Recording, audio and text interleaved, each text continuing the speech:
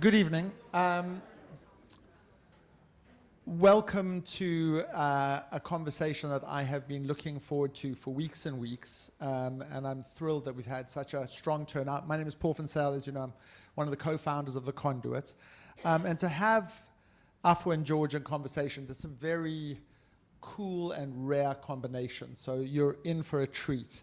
I have been friends with and a collaborator with Afua for many years, and from her work on monuments to her incredible book British, to her work as a kind of art historian of the African continent, to her work as an academic, to her work as a kind of conscience. She's just a really quite extraordinary person. I'm going to let George speak for himself through this book. It's about this big, so there's no excuse not to buy it and then carry it with you wherever you go. But I think it's one of those books that when you read it and digest it, it helps you call out things that are often invisible and often taken for granted and are often doctrines that people take as read. So I think tonight is a kind of useful bucket of cold water in terms of being able to reset things and reframe things. And there are a set of things in this book, from a call for more deliberative forms of democracy, to a politics of belonging, to a rejection of incrementalism, that I think really resonate. And I'm going to end by saying the two great challenges of our time, deep inequality and an absence of opportunity on the one side, and the climate crisis on the other, are arguments that at this moment in history we are potentially losing. And those arguments have been hidden and obfuscated by people who have been very, very effective in asking us to look in the other direction and using division and hate and scapegoats as a way of causing us to be distracted from challenges which we have better answers to and better narratives to articulate both the problem and the solution to. And I've said time and time again, that's on us. That's a form of incredible negligence. And it's also a spectacular opportunity. And we wake up every day at the Conduit trying to take advantage of that opportunity and remedy that negligence. And this conversation that you'll hear tonight is very much in keeping with that. So I'm thrilled to introduce them, and we're privileged to have them, Afua and George.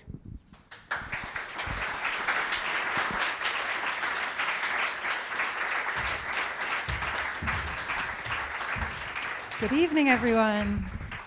Thank you for that warm welcome, Paul. It's wonderful to see such a full house. Thank you so much for coming. I'm gassed to be here with George, a hero of mine. And George, I'm just going to start by saying it was actually hard to prepare for this event because somehow you wrote a fairly short book and managed to make it the story of everything that is wrong.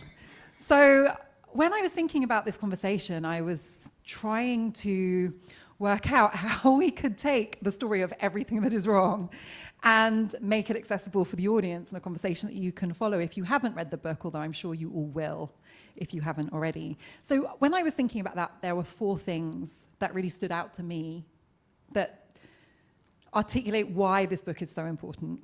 And the 4 things are: 1, I think it gives us a language. 2, I think it gives us an origin story. 3, I think it gives us an identity. And 4, I think it gives us hope. So I want to go through those. Those are going to be our structures for this conversation, because we need a structure, otherwise I'm going to get lost in everything that is wrong. But I really want to start out, though, by asking you the origin story of the book and how you came to write it. Well, thanks so much, Afua, and thank you everyone for coming. It's a real honor to do this with you. So yes, it was a slightly weird one, because I've always been sort of very much by myself in front of my computer or doing field work or whatever, but it's been a lonely pursuit. But in this case, Peter Hutchison, my co-author, came to me and said he wanted to make a film about neoliberalism. I'd been writing quite a lot about it, and he liked the writing. He'd worked with Noam Chomsky and others. He made Requiem for the American Dream with Noam Chomsky. He's a great film director.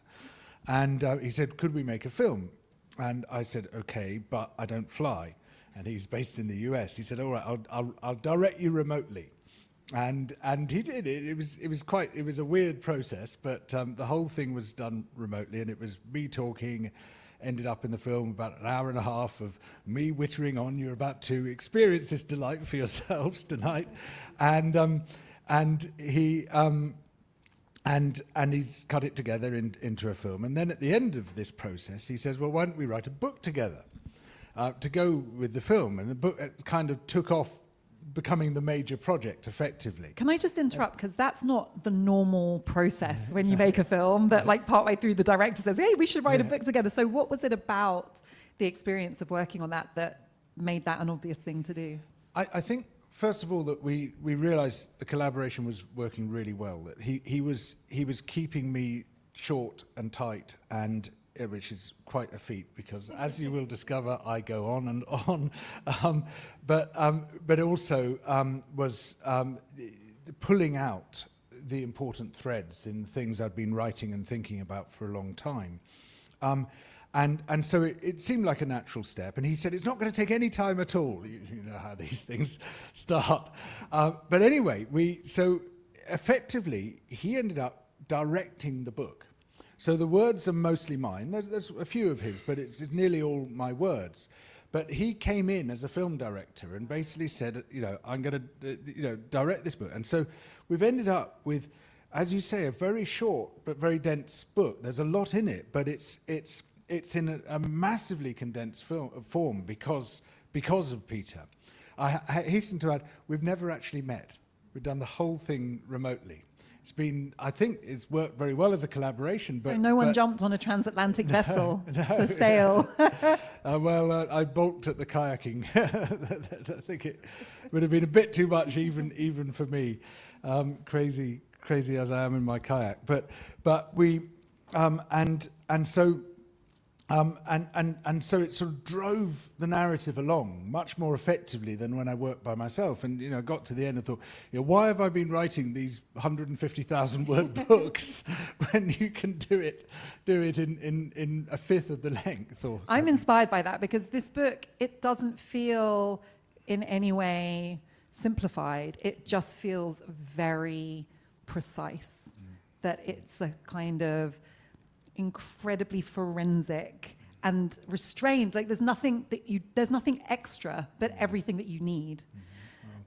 So that's really interesting. Maybe every author needs a director. Yes. I'm gonna hold that thought. I hasten to add, I've also got a wonderful editor and a fantastic team at Penguin. But some of us need directors and editors. Well, yes, that's right. So I said the first thing that really I thought was that you gave us a language. And, in my work on race and identity, that's often so much of the work. Many of us instinctively feel these forces at work and these things that are impossible to really reconcile, but we don't have a vocabulary or a narrative or a discourse that we can easily share. And the way that you've written about neoliberalism, I feel, for me, is giving me a new language. It's so important. So much of the work is being able to name it. So could you just explain to us all what you mean by neoliberalism and why that is the language that you've honed in on, not just in this book, but in the work you've been doing generally in recent years? Thank you. That's such an important question, and so well put, because the language we use frames the politics that we create and guides the decisions that we make. It's absolutely fundamental. And we do have words, but they're generally words put into our mouths by people whose interests are at variance with ours. And we accept their concepts and we parrot their concepts. And we also parrot, if you can do such a thing, their omissions. Where they skip over something, we skip over that thing as well. And so, for instance, and one of the things that Peter and I try to do throughout the book is to interrogate the terms, but also to interrogate the absence of terms. And so words like investment, for instance. Investment means two opposite things. The original meaning of investment is that you use money to create something which wasn't there before. So you might invest by building a house, for instance. But now, almost invariably, investment means putting money into something that's already there in order to capture that asset and then milk it generally for rent. So a private equity company might invest in housing, but it doesn't put one brick on top of another. There's no new housing created. It just buys up existing housing, puts the rents up, and makes money that way. And these are opposite processes, but they're given the same name, and that name is not used to reveal, but to disguise. And we find that throughout economics and politics, the fundamental terms tend to disguise rather than reveal. The interesting thing about neoliberalism is that it's an absence. It's a term which is no longer used by the people who coined it. Hence by the the movement that coined invisible it. doctrine. The invisible doctrine. And this was a deliberate choice. So neoliberalism emerged in a significant way in 1944 with the publication of two books by Friedrich Hayek and Ludwig von Mises, and they very proudly pronounced themselves as being neoliberals, and the word continued to be used into about the mid-1950s. Milton Friedman, who was one of the champions of neoliberalism, repeatedly used the word, and then suddenly they dropped it. And by this time, and we'll come on to this, I think there was a massive international network, extremely well funded by some of the richest people in the world, and all at once, they dropped the term. And they didn't bring in any replacement term. And this was a deliberate policy because this was perhaps the most conscious and thought out political movement there's ever been in some respects. And it was because they were trying to present their doctrine as if it were just a description of the natural order. This is the way things are. This is the only way they can be. This is the organic nature of society. And to put a name on that would be to reveal it as a doctrine. To say this is a philosophy is, oh, these people are trying to impose a worldview on us. But to tell us that this is like gravity or natural selection is to say there is no other way. And indeed, Margaret Thatcher, one of the arch neoliberals, she kept saying, so she said it so often, there is no alternative, that it became an acronym. I just TINA. want to read, actually, it's the first line of the book, but it's an explosion of common sense. Imagine that the people of the Soviet Union had never heard of communism. That's more or less where we find ourselves today. The dominant ideology of our times that affects nearly every aspect of our lives, for most of us, has no name. I mean, when you put it like that, it's powerful because it isn't just an omission or an erasure. It's also this ideology of normalizing and making it seem, as you said, inevitable and natural. And one of the words that is powerful for me, the way you break it down, is the market. You know, as a child of Thatcher, I was born in the 80s, the market was always presented as this inevitable part of human life, even a healthy part of society. Everyone knows what a market is. You go, you see your market, men and women selling tomatoes and fish, and you haggle, and it's so wholesome. So the market seems like an inevitable form of social organizing, and it's also a word that really has more than one meaning. And the meaning that has most significance for our lives is actually a much more nefarious one. Yeah, and so it's become a gloss for economic power. When they say let the market decide, what they mean is let the people with the money decide, which means let the oligarchs decide, let the corporations decide, let the rentiers decide, let capital decide is what they're effectively saying. And of course, one of the terms that we explore in depth is capitalism. What is capitalism? And we feel it's been grossly misdefined, or not defined at all. You know, you have people having furious arguments about capitalism, and you say, okay, what's capitalism? Well, it's an economic system, private investment, but, you know, they don't know what capitalism is. You know, so often people will be deeply invested in the defense of capitalism, but cannot actually define it in a way that distinguishes it from, say, commerce, which is a different matter. I mean, capitalism, commerce definitely can intersect. Capitalism has overtaken commerce, but commerce goes back thousands of years. Capitalism, we date back around 600 years. It founded in Cologne. We can come on to what capitalism is, but it's one of these terms which is constantly used to disguise its true nature, and the market is used to disguise the nature of capital and the nature of power. And as you so rightly say, you know, the picture that a market conjures up is of a street market with your stripy awnings and your fish and your tomatoes, absolutely. And that's a fairly egalitarian space. I mean, this is pure commerce in a way. It's just, and the people selling to you are no more powerful than you are. It's a relationship of more or less of equals. No one monopolizes it. There's no coercion in it. You can wander along and choose your tomatoes from whichever stall you want. No one's telling you you have to buy from here and you have to pay an entry fee if you want this service. But the way economic power works, and certainly the way capital works, is in many respects very different, and involves rent, it involves coercion, it involves toll booths in front of essential resources, and very often has got no market component whatsoever. You know, and people who are brutally honest about what they're doing, like Peter Thiel, says, I don't work in the market at all. You know, he doesn't work in the market. He's a monopolist. There is no market there. And he operates largely through state funding, and his share values and those of Elon Musk, for example, bear absolutely no relationship to the value of his products. It is not market forces at work. This is economic power at work. So this is where we get to the neo in neoliberalism, because liberalism is an older tradition, which is, at least in theory, allowing economic forces of commerce to kind of regulate themselves. But the neo in neoliberalism is this idea. Can you talk more about that? Sure. Well, I should say first off that neoliberalism is a really crap term, but it's the only one they ever gave us. And people have endlessly groped around for something which describes what we're seeing. Thatcherism, as if she invented it, or Reaganism, or monetarism, as if that has anything to do with most of what it's about, or supply-side economics, or all these sort of desperate attempts. You know, market fundamentalism. Again, it's not what it is.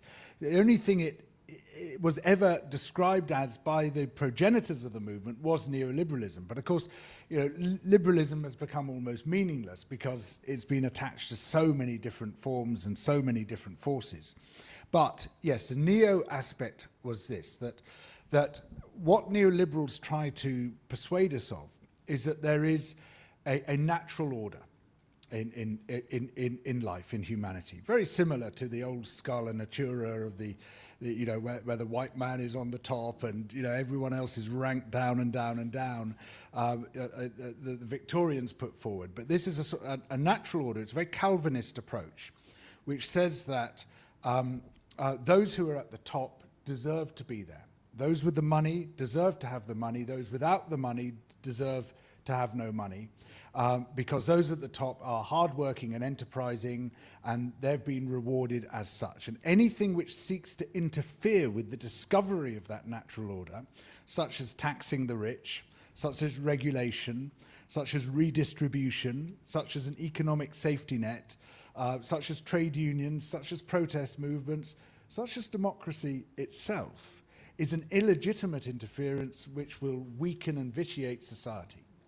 And so we have to sweep away those forces of interference, because otherwise they will put us, and the title of Friedrich Hayek's first book, The Road to Serfdom, they will put us on the route to Stalinism or Nazism, because any form of collectivization will necessarily lead us there. It was a huge slippery slope argument, and was largely seen as repulsive by the great majority of people when it was first published in 1944.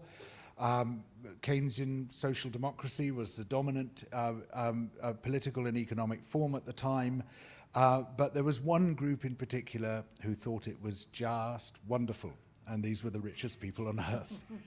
And we'll come back to them, but we're into the origin story now, which I really want to make sure everyone hears as you tell it. And so let's talk about Hayek. So 1944, Austrian refugee from Nazi-occupied territory. He writes this book that, as you said, is not widely received at the time. Was he genuinely motivated by a desire to avoid the kind of totalitarianism he'd experienced under Nazi rule? At first he was, yes. It started off as a genuinely held ideology, and while you can disagree with it, it wasn't cynically written. Later, we saw something completely different with the publication of the Constitution of Liberty in 1960. It's hard to believe it was the same author who wrote this, because it is completely bonkers. And we'll come to that, but even The Road to Serfdom is maybe written in earnest, as in it was his genuine worldview, but it's still quite an extreme ideology. So could you just give us Hayek's worldview in The Road to Serfdom? What are the main tenets of his ideology? So he saw the welfare state, the dirigiste state, which tries to change social outcomes, as being a massive threat to human freedom. And he saw human freedom as best expressed through economic relationships, and anything which interfered with the freedom to form those relationships was going to undermine human liberty and create a coercive society. He saw collectivism and coercion as being more or less the same thing, which would lead inevitably to tyranny. This is what he genuinely believed. And Ludwig von Mises, in his parallel book, Bureaucracy, said very much the same, another Austrian refugee. So it's sometimes been, another term for it has been Austrian economics, which again is highly misleading, but you can see where it came from. And he came to believe that liberal democracy itself was a threat to, or rather, what he called illiberal democracy, because he saw the welfare state as being fundamentally illiberal. He came to see democracy as practiced during the Trente Glorieuses, 1945 to 1975, as being fundamentally at odds with human liberty. And his ideal was the entrepreneur, the person who is struggling against the coercive bonds of the state and of social obligation, trying to free himself, because it was always a him, from those constraints, and achieve this complete liberty, which would enable them in enriching themselves to enrich the rest of society through trickle-down economics. Now, some of you might already have spotted the innate contradiction there. If those at the bottom of society are supposed to be poor because they are unenterprising and lazy, then why should they be enriched by trickle-down economics, money generated by someone at the top who's been hardworking and enterprising? So, there was a lot of glossing going on. There are a lot of cracks being covered up, even at the beginning. And some people spotted that, but some people were all too happy to let those cracks be plastered over. And one of the things I love is the way you center the colonial looting in the history of European capitalism in your definition. And it was interesting for me to see it put so plainly that the Hayeks of this world, they didn't even see environmental destruction in this accumulation of wealth for the rich as a necessary evil. They actually glorified it. Can you speak to that? Because I think it's still, we are living obviously with the legacy of that mindset in so many ways. Yeah, so Hayek actually believed we had a duty, an almost religious duty, to exploit natural resources. And he talked about the soil in particular. This is in the Constitution of Liberty. And he said the soil should be treated as any other economic stock resource. Actually, he evidently didn't know what a stock resource was, but never mind that. It should be treated as any other economic stock resource. It should be exploited to the point of collapse, and then the money from that exploitation reinvested in the next stock resource. So you just treat it as you might treat an expendable piece of machinery. You're going to use this machinery until it falls apart, and then it's going to make more sense to just abandon it and move on to the next thing. Now, this is absolutely fundamental to capitalism.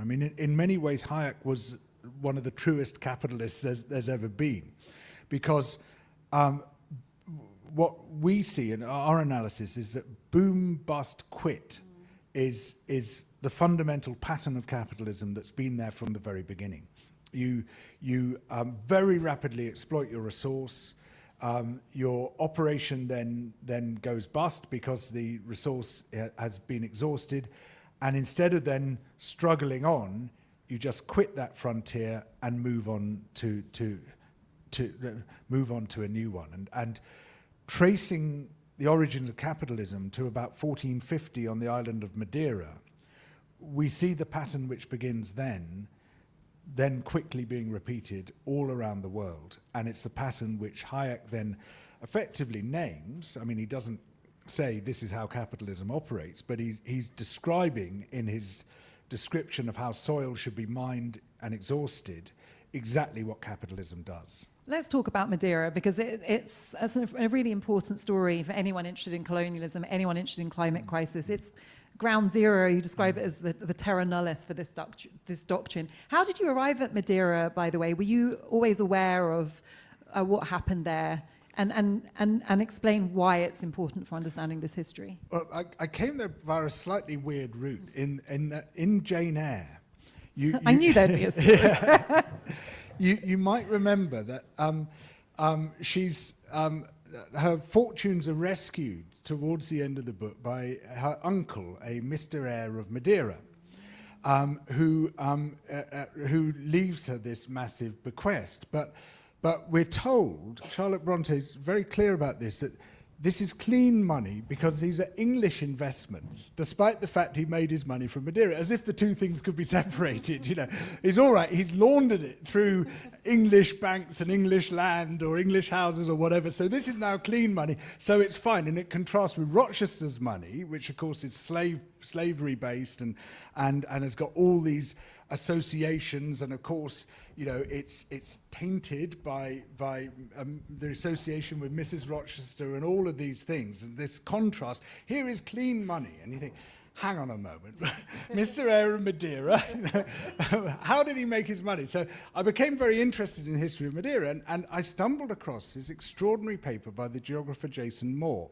very interesting Marxist geographer, who says it was in Madeira that the three conditions that Karl Polanyi sets, the great anthropologist Karl Polanyi, the great transformation and all that, he sets for the origins of capitalism. He says capitalism is an economic system in which land, labor, and money are commoditized. In other words, stripped of their social value, their historical context, and just used as instruments for enrichment. And he says the first place where all three were commoditized at the same time was arguably Madeira. And what happened was that this was a very rare example of a genuinely uninhabited place, a little island way out in the Atlantic, that the Portuguese stumbled across in 1420.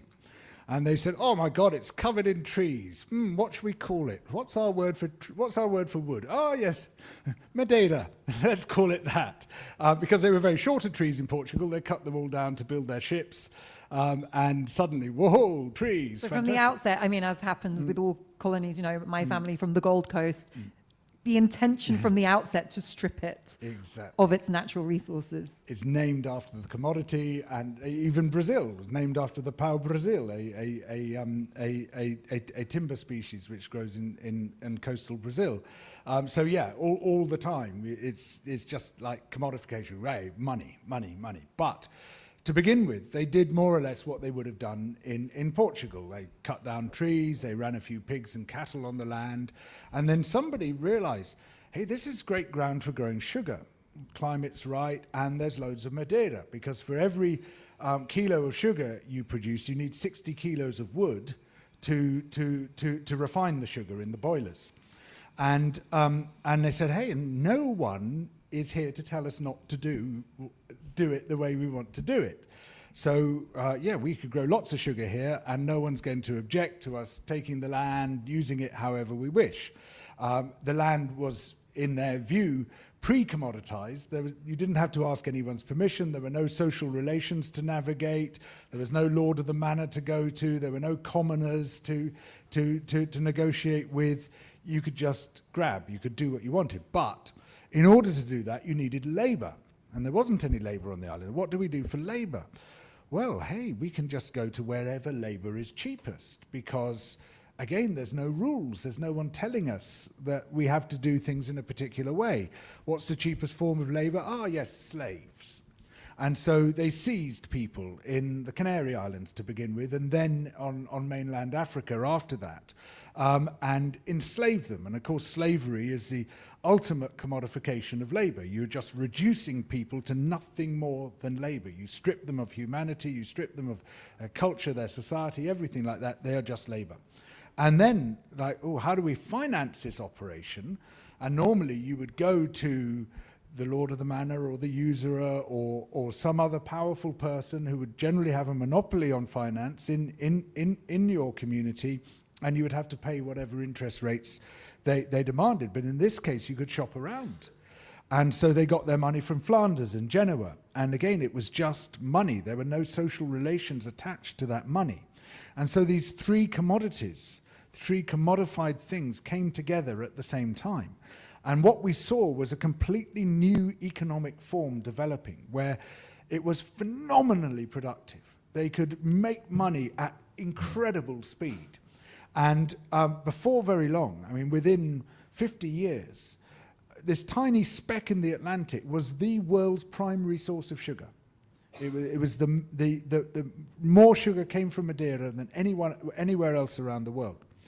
But what also happened was that just 20 years later, the whole thing had collapsed.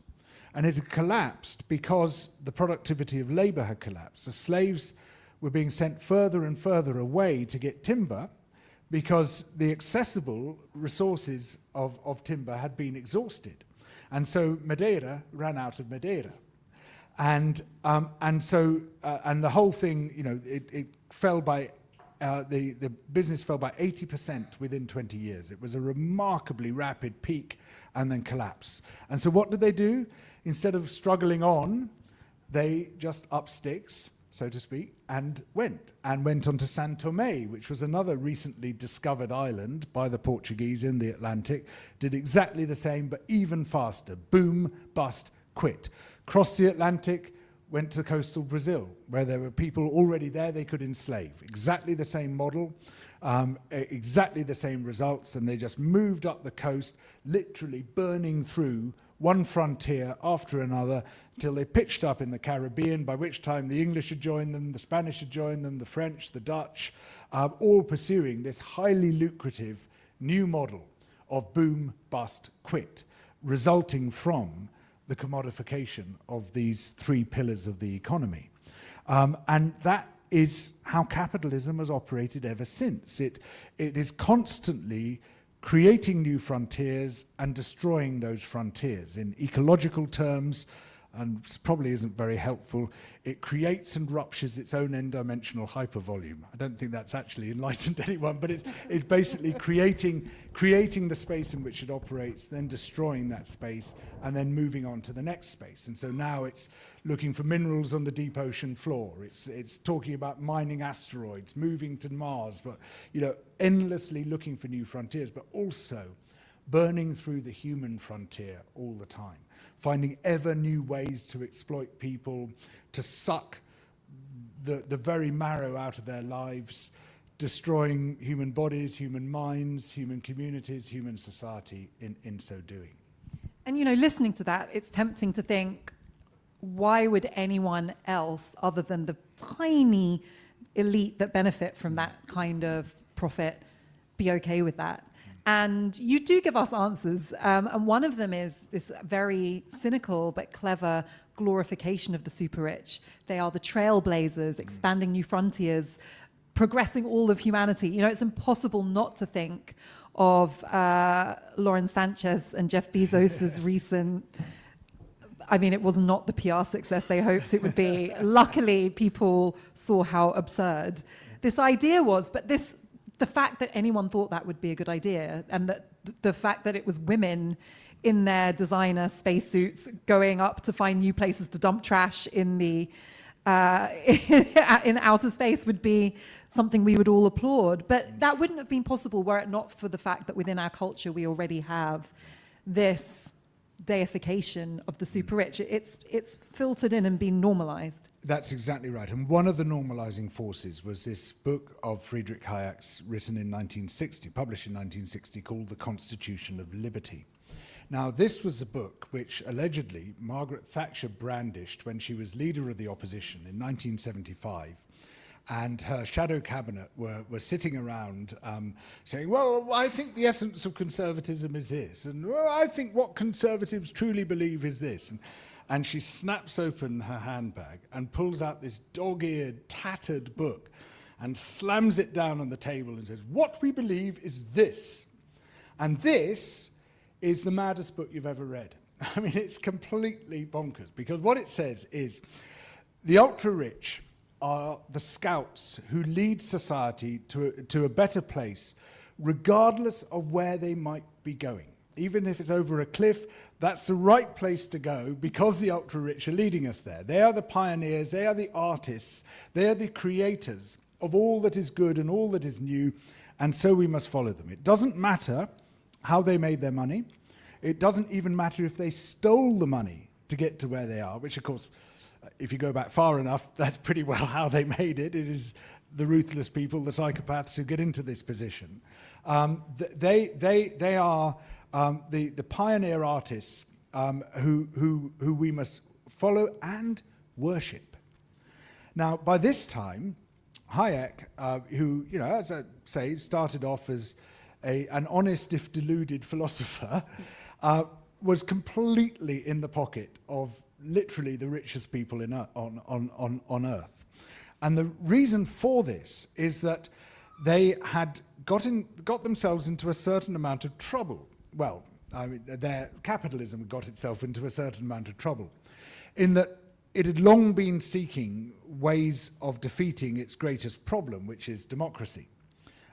Democracy is antithetical to capital, because as soon as people have the vote, they start asking for outrageous things like shorter working hours and higher wages and weekends and not having their arms ripped off by machinery and clean air and edible food and habitable houses and all sorts of things like this, which capital does not want to give them because that costs money, that reduces profit margins if you have to make those concessions.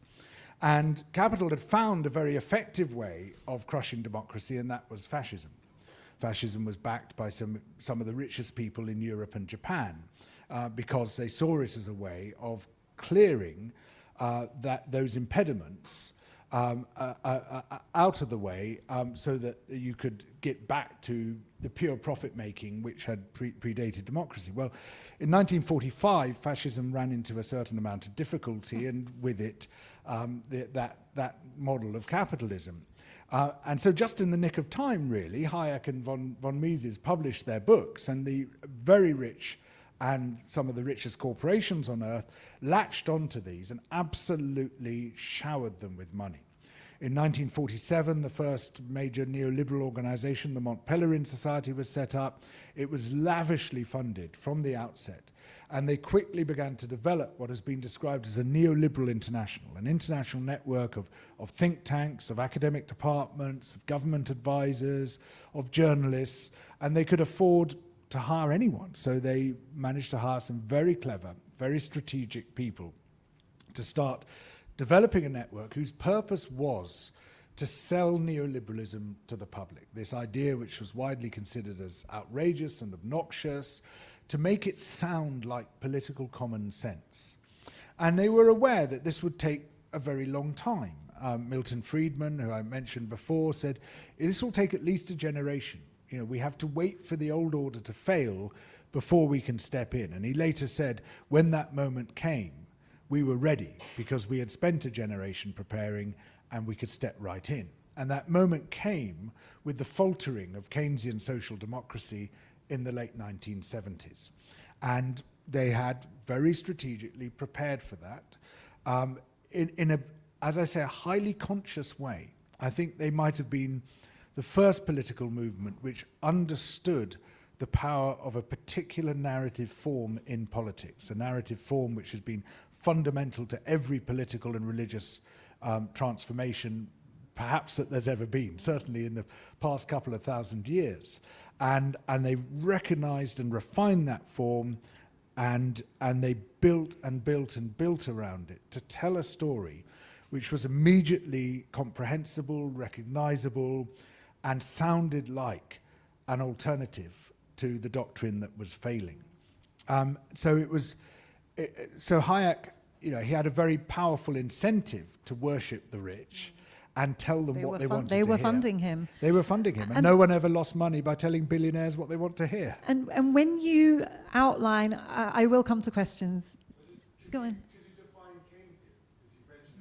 Sorry, yes. Yeah, thanks, yeah. I do beg your pardon, yes. So John Maynard Keynes, later Lord Keynes, principally through his general theory, very powerful work, he explained the Great Depression, the economic collapse which had occurred as being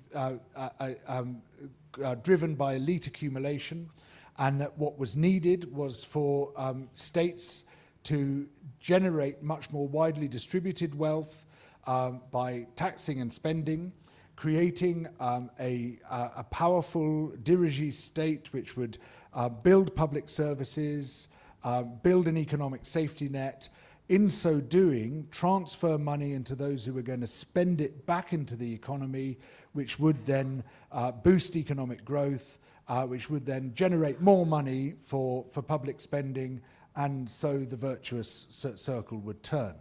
And this became almost a hegemonic doctrine for about 30 years in many of the rich nations, to the extent that Richard Nixon is alleged to have said, "We are all Keynesians now." And I think it's worth noting that most dominant forms of political economy become hegemonic.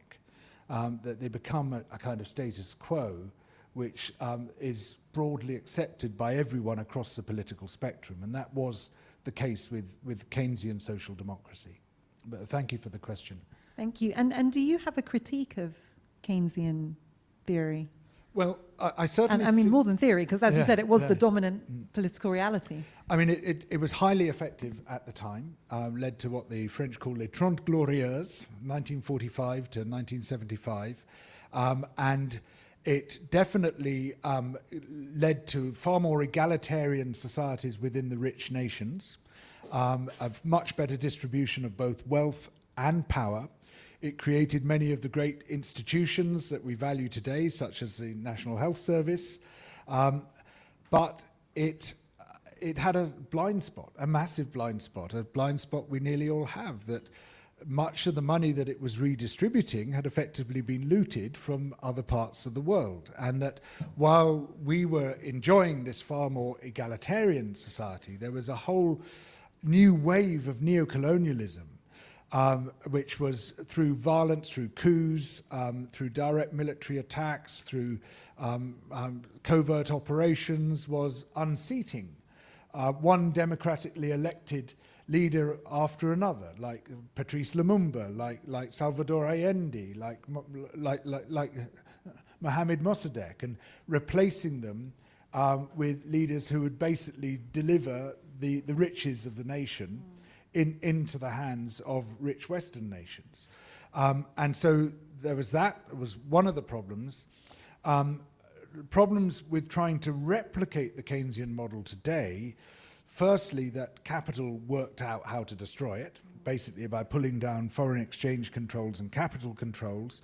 So if you pull a Keynesian lever today, it might not have an effect within your own country, but somewhere else. So for instance, when Tony Blair and Peter Mandelson introduced the scrappage tax in 2000 and something, can't remember the exact year, the scrappage payments rather, which was that you could get paid £2,000 for swapping your old car for a new one, And they said this is going to cut pollution and revitalize the economy and create jobs in doing so. People flocked to trade in their old cars, and they did revitalize the economy and employ people in Germany and Japan and South Korea, because that's where the cars were being made. And so without the foreign exchange controls and the capital controls, it's very hard to make the Keynesian levers work. So they worked out how to pull it down, but also, the other issue is that Keynesianism relies on perpetual economic growth, as indeed all forms of capitalism do. And that's very hard to see how that can be reconciled with the finite planet on which we live, and an end to the environmental crises that growth is driving. I'm a bit of a conspiracy theorist, and I feel very much at home with you, George, because it's actually fine to be a conspiracy theorist in George as well. It's not fine to be a conspiracy fictionalist or conspiracy fantasist. And one of the absurdities of this neoliberal doctrine is that there are genuine conspiracies. The one that really got me was Keep Britain Tidy.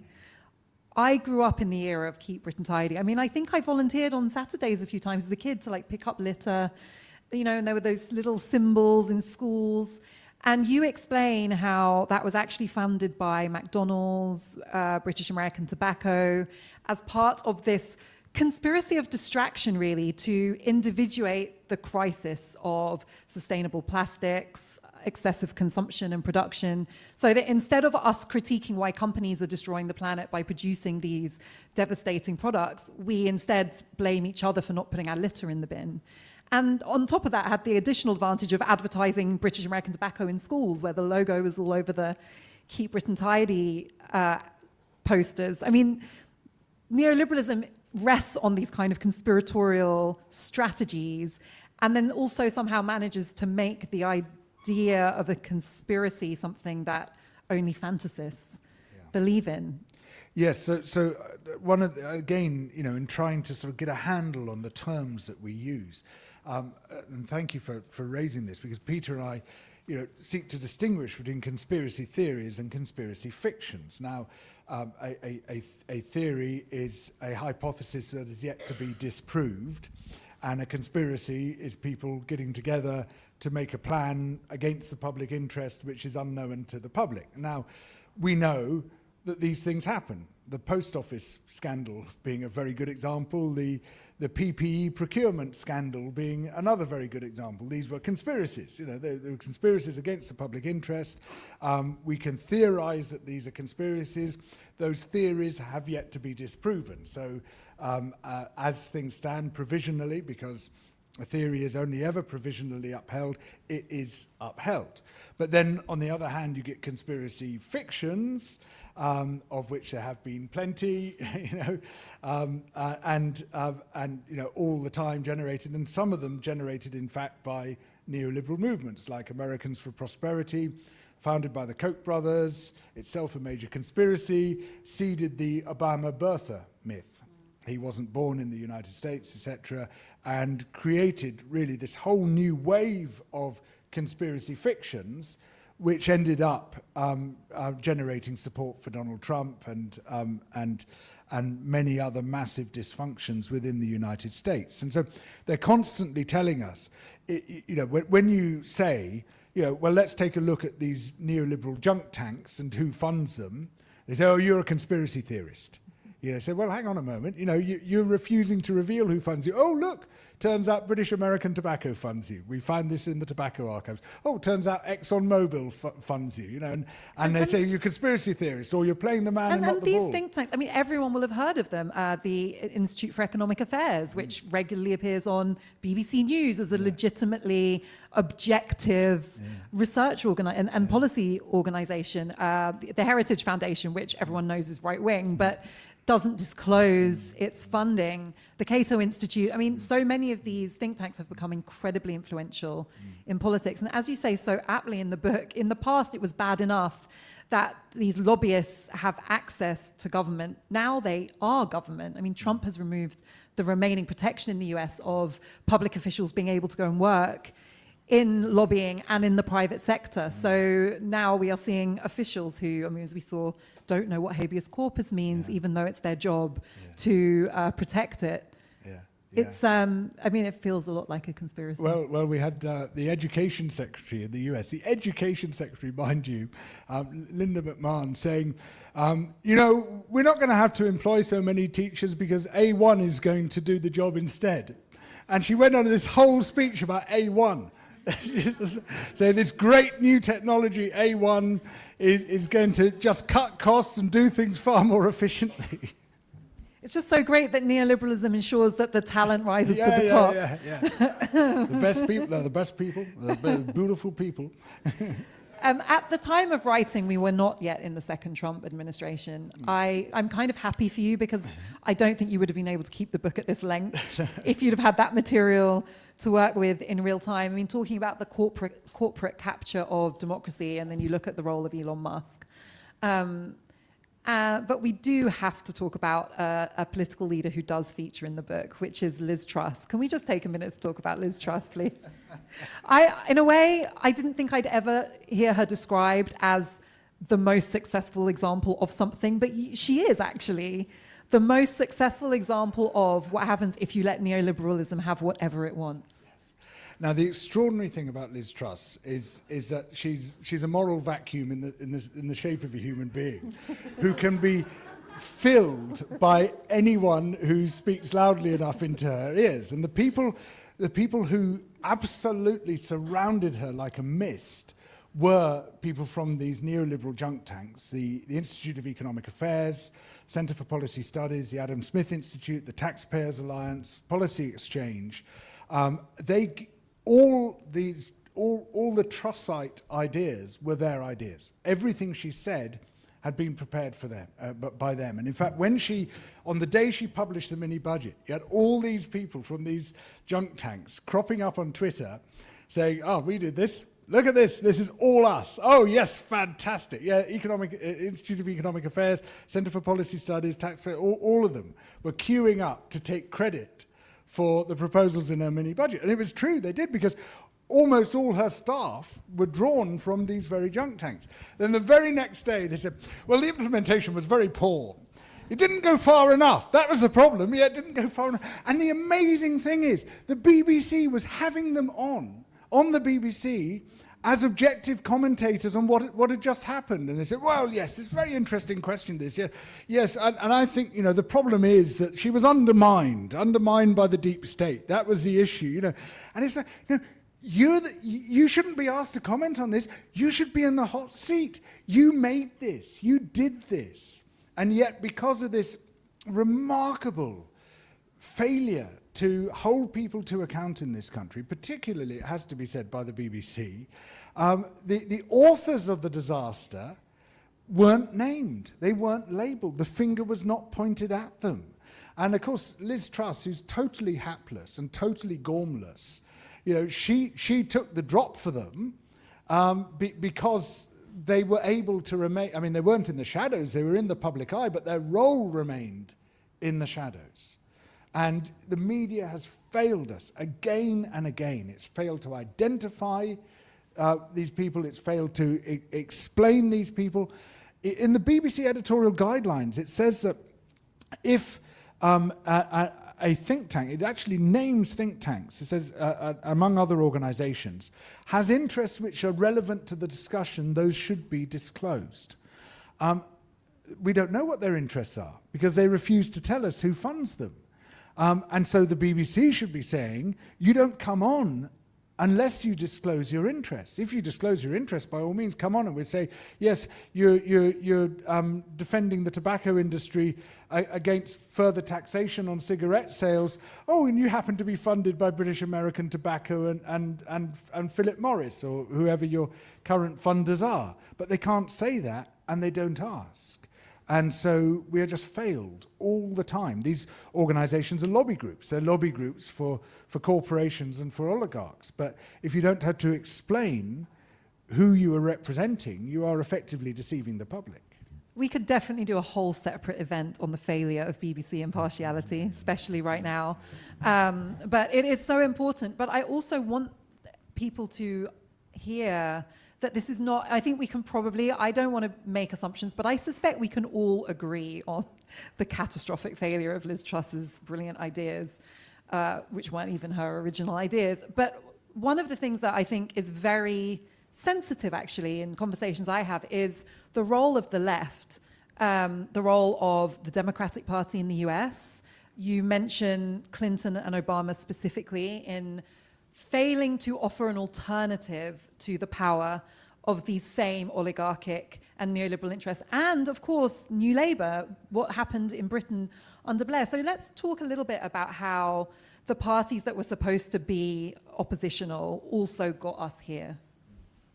So, and this is an absolutely crucial part of it, because this was a real triumph of neoliberalism. It was easy to capture the Republican and the Conservative parties, but capturing the Democrats and Labour and their equivalents, whose whole existence was, well, certainly with Labour, was supposed to be in opposition to this, to ideas of this kind and to economic power.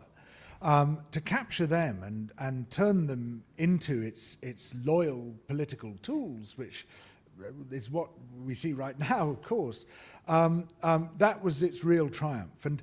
And this comes back to this idea of hegemony, or hegemony, as some people call it. I never know how to pronounce it, but I prefer to call it hegemony, which is this idea of the dominant idea becoming so dominant that it's effectively unchallengeable, and that anyone who deviates from that is seen to be an outlier and an outcast, becomes effectively a political pariah. And this is what we saw with Clinton even revoking the financial safeguards which had been upheld by repeated Republican administrations. And his pulling down of those safeguards, Glass-Steagall Act and the rest, was what led directly to the financial crisis of 2008. Then Obama steps in the wake of this crisis at a moment when a Democratic politician should be supremely powerful, because they can say, right, you guys screwed up, here's what we're going to do, here's the alternative. He invited all the bankers in for a meeting, and they were trembling, they were quaking. They thought he was going to just rip them all down, break them up, basically turn them back into the sort of high street retail banking model, or at least separate that completely from the investment banking model. You know, all sorts of things they expected him to do, and instead he said, what do you need? And Timothy Geithner, was Treasury Secretary, said, we're going to foam the runway for the banks. We're going to give them a soft landing, and never mind all the people who are losing their homes through the subprime crisis. It's the banks we're going to bail out.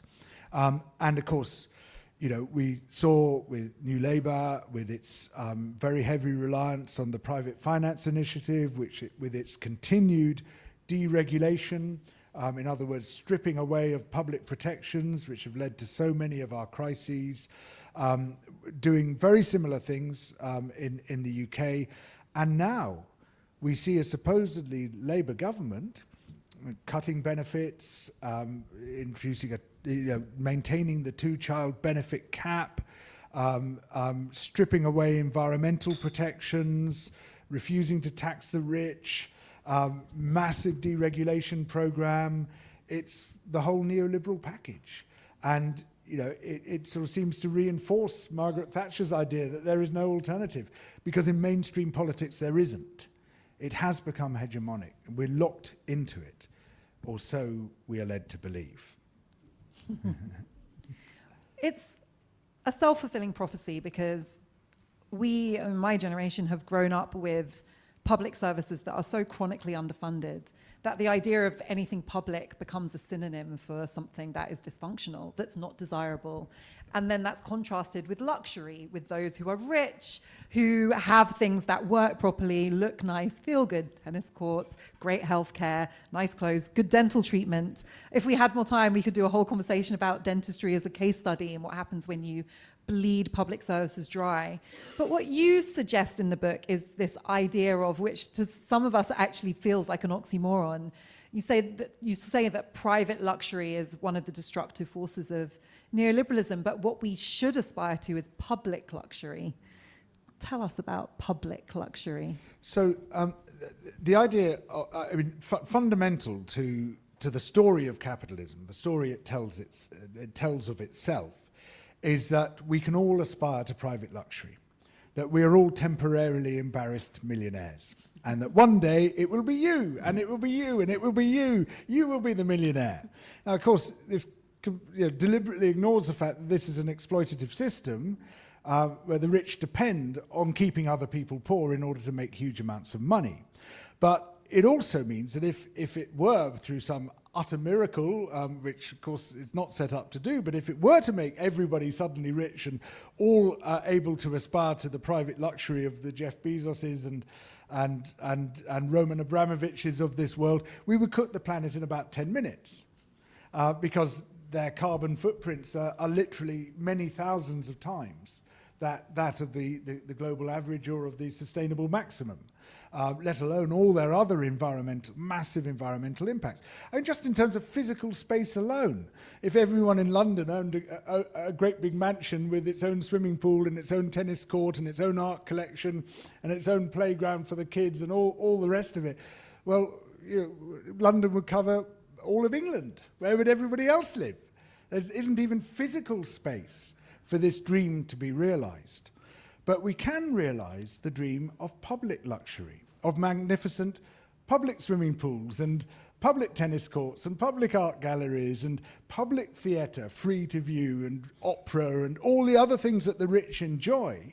And in creating that, you don't take space away from people, you create space for people. And because we're sharing it, the environmental impact is a tiny fraction of the pursuit of public luxury.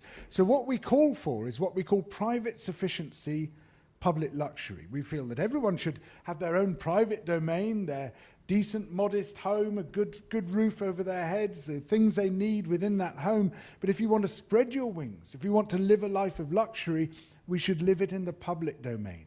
And we should have a wonderful, rich, luxurious public domain, which in aggregate would cost a fraction of what it costs to support the private luxury of the rich. How optimistic, thank you for appreciating that. Well, actually, that's partly answering my question, because I was going to say, how optimistic are you that we, as a society that have been constantly pumped with this aspiration, this kind of faux aspiration of luxury, can be persuaded that public luxury is really the ideal? Well, I think already, we value what scraps of public luxury we have. We value the municipal swimming pool, even though we realise it's now understaffed and the heating doesn't work and the water's not as clean as it ought to be. But I don't think it's difficult to persuade people that if that swimming pool was 10 times better, we would enjoy it 10 times more. And we love our parks. We really love our parks. And, parks were, when public parks, urban parks were first introduced, they were a luxury, and it was rich people who promenaded around in them. Well, they're open to everyone, our public parks, and we love that, and we greatly appreciate it. I don't think it's a hard sell, public luxury. The hard sell is the getting there, because we are so imbued in the dominant doctrine, the dominant invisible doctrine. But we're schooled in a sort of political passivity. There is no alternative. We just have to sit and watch while this huge political vacuum that's been created by all the mainstream parties succumbing to neoliberalism, we watch while that gets occupied by one killer clown or another, whether it's Donald Trump or Nigel Farage or... There is a whole chapter called The Killer Clowns, by the way, which is spot on. And you say, hang on a moment, if there's a political vacuum, why can't we occupy the political vacuum? Why can't we move into that? And I actually, I was feeling pretty pessimistic until quite recently. I mean, I'm optimistic in the book, and then I took a real dip with Starmer's endless betrayals, with Trump's election, and now I'm beginning to see, hang on a moment, this is a huge opening. So if you take the UK, for instance, he's given us 4 years now, because he's basically said, I'm going to betray every single labour value there ever was, whether it's on Gaza, whether it's on benefits, whether it's on public services, whether it's on workers' rights, environmental protections, WASPy women, you know, on and on and on, trans rights, whatever. It's just, I'm going to betray every single one of them. We know who he is. And as a result, Labour's support in the polls has absolutely plummeted. I mean, it's just in total free fall. So you could say, well, that's a complete catastrophe because the alternative is reform. Sorry, no, that's not the alternative. And there's absolutely nothing inevitable which says this is reform. What we now live in is highly volatile politics, and it's made all the more volatile by the UK's ridiculous first-past-the-post system, which was, you could kind of almost justify it when there were only 2 parties in serious contention. But we now have 5 parties with 10% or more, polling at 10% or more in recent opinion polls. And things could go either way very quickly indeed. And this is a great opportunity for constituencies to take back control. And as it happens, in my own constituency, though it wasn't initially anything to do with me, local people pioneered a model for taking back control. This is in South Devon.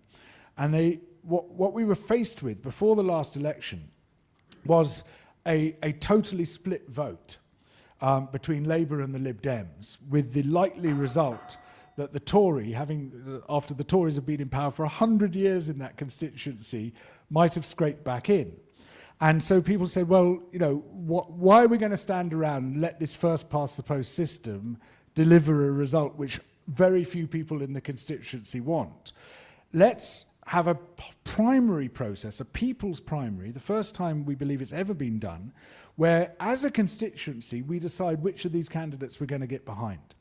And we had various hustings, we had meetings all around the thing, and we collectively decided the Lib Dem candidate stands the best chance of unseating the Tory, so we're all going to get behind her. And she happened to be a very good candidate, so it wasn't a difficult decision to make.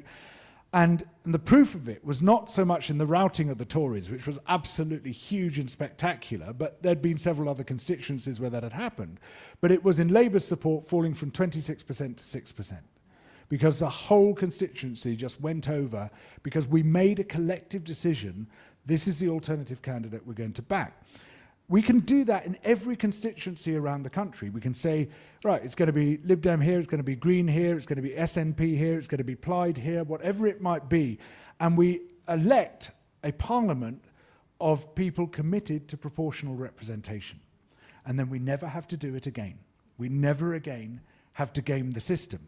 Because it's it's first past the post, which has massively distorted our political system. The very interesting analysis by the group Compass, which shows that of 15 countries in Europe and the Anglosphere which they surveyed, Britain is consistently the most left-wing in the way that it votes. The United Kingdom has voted left, as a majority left, as a majority has voted for left or left of centre parties in all but one election since 1979.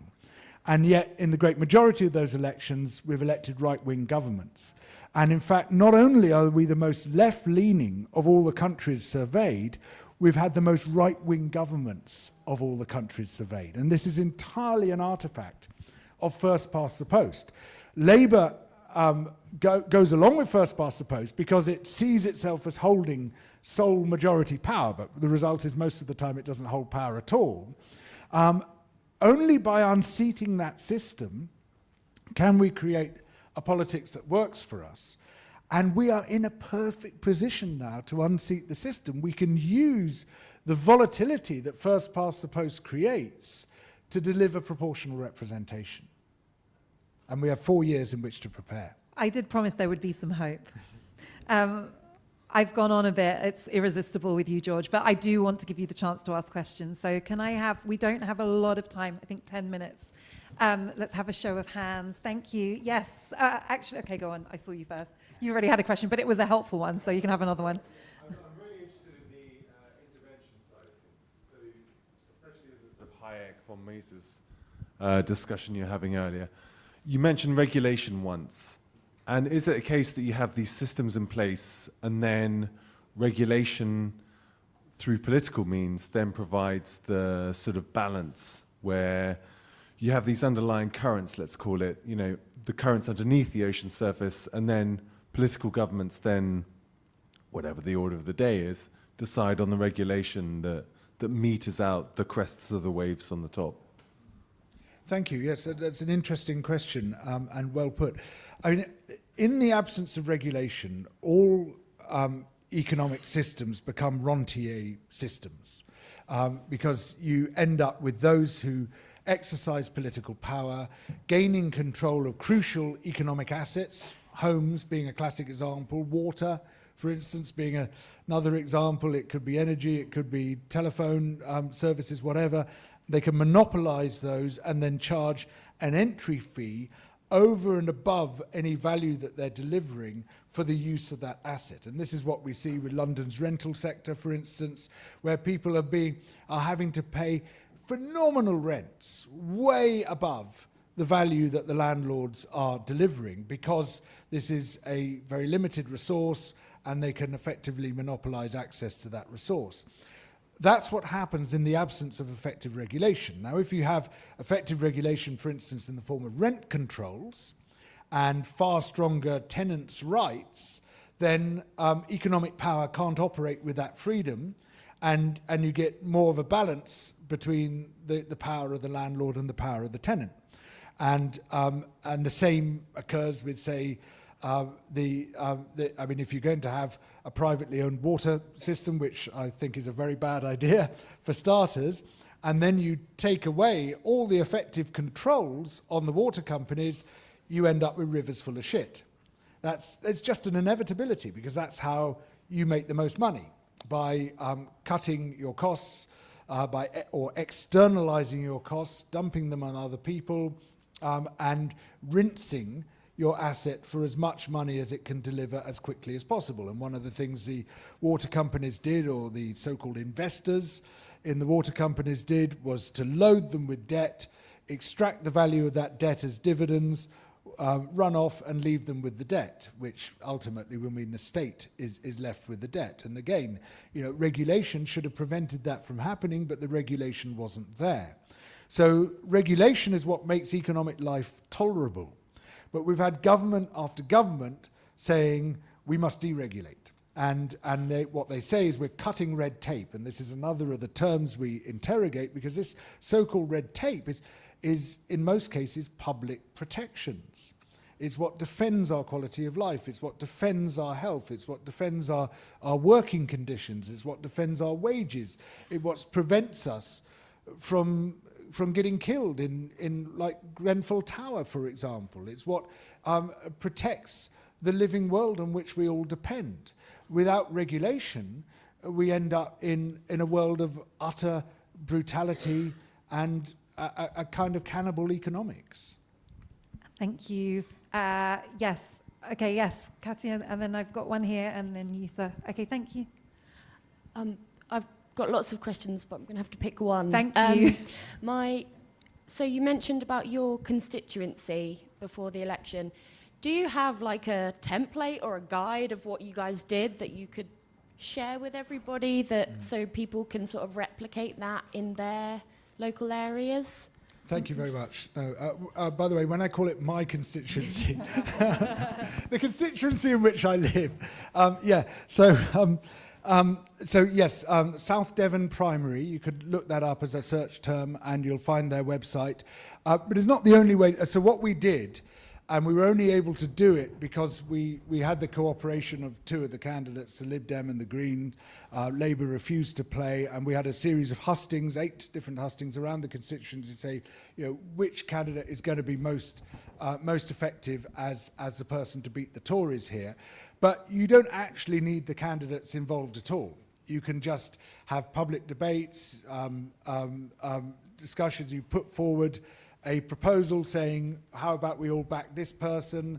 And then you could take votes within the constituency. I mean, there's lots of different ways of doing it. But what it depends on is massive public outreach and deep canvassing. And I, for one, have been very influenced by a book called Rules for Revolutionaries, written by Zach Exley and Becky Bond, two of the people who were fundamental to the Bernie Sanders campaign. It's a very badly written book, but it's got some really great ideas in it. Really needed an editor and possibly a director as well. But anyway, but it's got some really big, important concepts in it. And one of them is radical trust. Because they had no money for the Sanders campaign. There weren't any big funders. So they had to do it almost entirely with volunteer labour. And normally when you think of that, you think of people putting things in envelopes, but no, they say, will you run the local campaign? Will you do all the things that staffers would normally do in a political campaign? And they found that the more they asked of people, the more people stepped up. If you ask people to do something really big and really time-consuming, they'll leap at the chance and say, yes, I'm going to give a third of all my time to doing this. And if you say, will you stuff some envelopes? They're all right, I might turn up on Thursday evening. Because when you trust people and when you give them huge responsibility, people rise to that. They love that. They want to be useful. Utility is an absolutely fundamental human need, to feel useful, to feel you're doing something meaningful, purposeful. People leap at that. And one of the things you need to do is what they call deep canvassing, where you have these long doorstep conversations with people. You don't just turn up and say, vote for me because I've got a blue rosette. Or you turn up and say, what's bothering you? What's going on round here? What do we need to talk about? And you sort of lead people through it and you discuss the options. And that takes a lot of people. And that's what they did in South Edinburgh. There are a lot of people who want political change, who are prepared to put the hard yards in. And this radical trust model with this sort of massive outsourcing of jobs which would otherwise be done by a well-funded and well-staffed campaign is absolutely fundamental to this transformation, and it works. Thank you. If I may interrupt, we have time for 2 more questions. Okay. We are running over. And before we do Yes. that, one quick note from me. If you want to Yes. continue this really interesting conversation, I recommend heading up to the 3rd floor to the lounge to have some drinks and more chats. I recommend the Ubuntu margarita. Thank you. Yes. Hello. Thanks. I'm interested in your views on challenging the current global economic system and whether you have hope for that. For example, the forthcoming financing conference, the Global South demands for a UN tax convention, UN debt framework. Thank you. Yes, I mean, there is definitely a gulf between some of the things that Peter and I call for and some of the things that we want, because we see politics as being renewed from the bottom up. We see a massive resurgence of community action, of the community, the neighbourhood becoming the locus of political organising, of creating an inclusive belonging. We talk of a politics of belonging because when I did a sort of internal values survey, what are my values, which of these values are shared across the political spectrum, the one that leapt out is belonging. Everyone needs belonging. Everyone needs a sense of belonging. And if we don't offer an inclusive belonging, the fascists will offer an exclusive belonging. And we see how lonely, alienated young men are very drawn to someone who says, yes, you belong here. You're part of the gang. You can wear the uniform. You can shout the slogans. You can give the salutes. That need for belonging is absolutely fundamental. And so, our politics of belonging, it starts at the community level. You don't have to ask anyone's permission to begin your political transformation. And at the constituency level, you can do it entirely separate to what anybody else is doing and still create that political transformation. It's about re-empowering people at the local level. But of course, you're absolutely right. There are these vast global issues that also have to be dealt with. And for this reason, Peter and I don't completely endorse the views of, for instance, Murray Bookchin, who I think speaks a lot of sense. He's got some very interesting ideas of his communalism approach, some of which we draw on quite heavily, but we believe we can't do away with representative democracy completely. We can have deliberative, participatory democracy, but the two systems should run alongside each other. Taiwan is producing some interesting models of how that can work. At the municipal level, there's been some very striking examples in Seoul, in Porto Alegre, in Brazil, in Madrid, in Barcelona, and in Reykjavik. There's a lot of interesting work going along in sort of developing a sort of a hybrid system. In Oost Belgium is another area where some very interesting new work is happening in that way. I mean, we have to transform our own national politics, I think, before we can transform international politics. But we definitely need representation at the international level as well. The problem we face is that power extends globally, but democracy, such as it is, and it's very pathetic and very weak, it stops at the national border. It has no passport to travel. So you have enormous amounts of power brokered at the international level through the World Bank, the IMF, World Trade Organization or trade agreements, the investor-state dispute resolution mechanisms, all of these things which are often absolutely catastrophic for the world's poor. They're part of the exploitation system. They're part of the neo-colonial system. And we have absolutely no say in that. We have no voice at the international level as well. So it might sound completely contradictory to what we're discussing in terms of community empowerment and politics, but I also think we need a world parliament. Can I reconcile these positions? Probably not. Thank you for your honesty.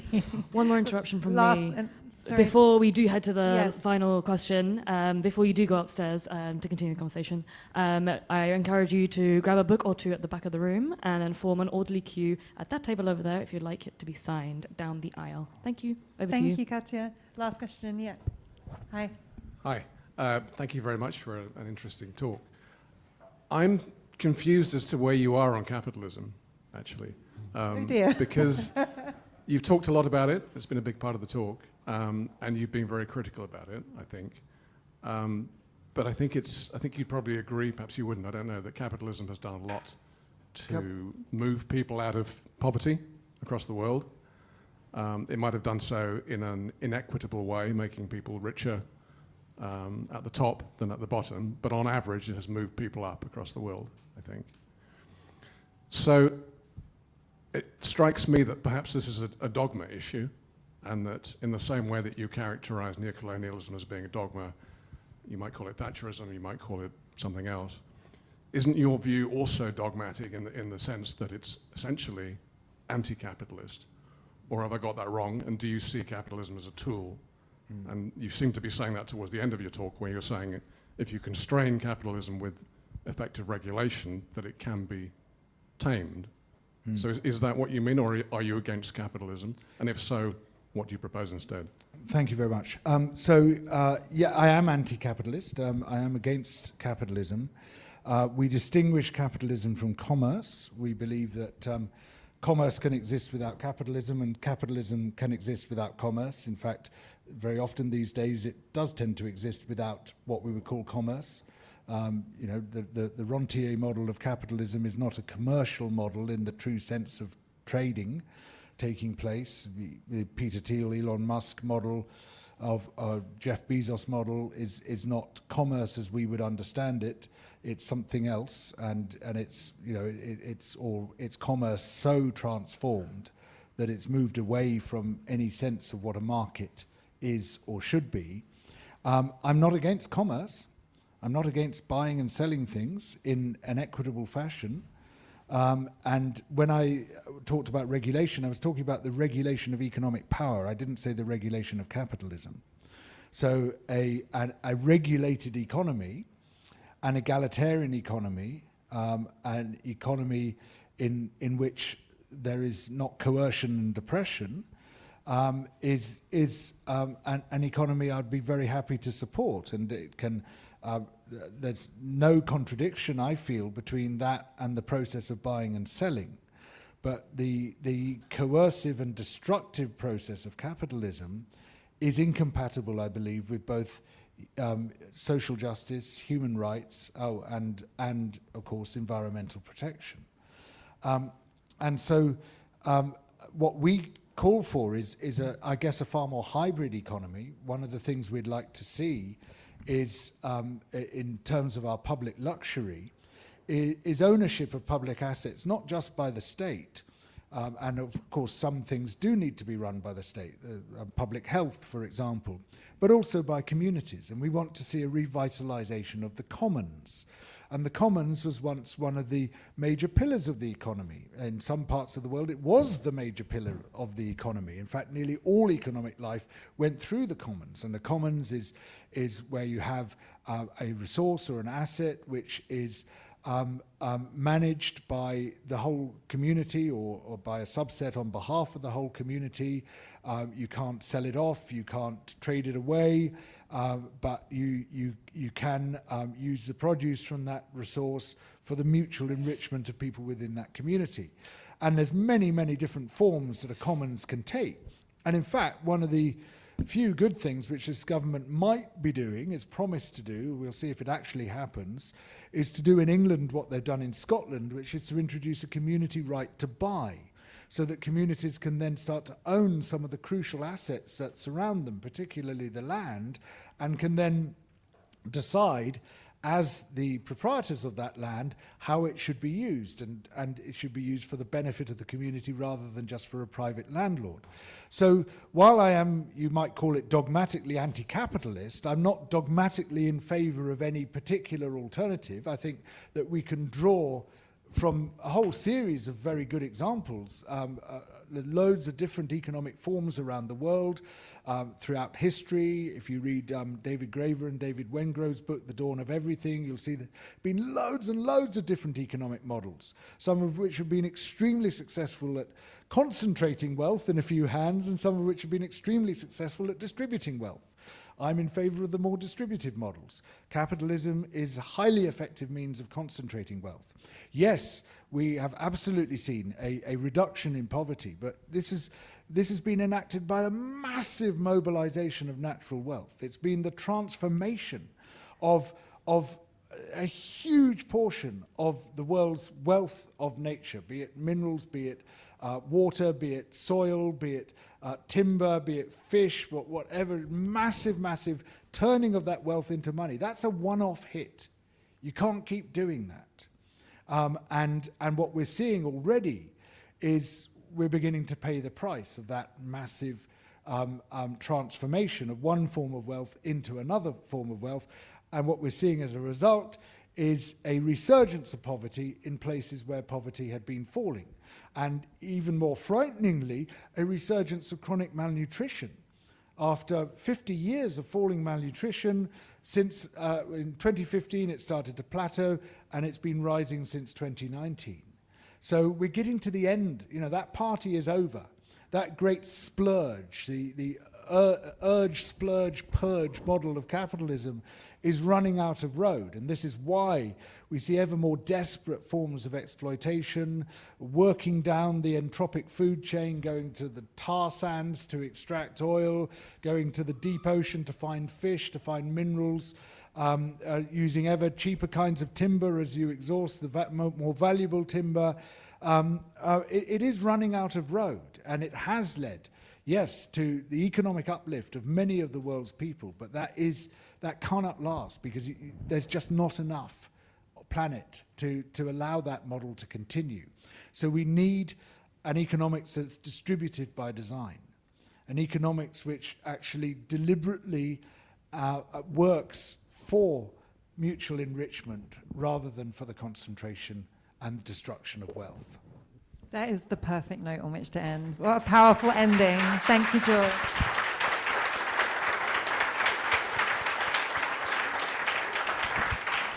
Please buy George's book. I cannot recommend it highly enough. I've already got a few extras to give as gifts, so I recommend the same. Thank you so much.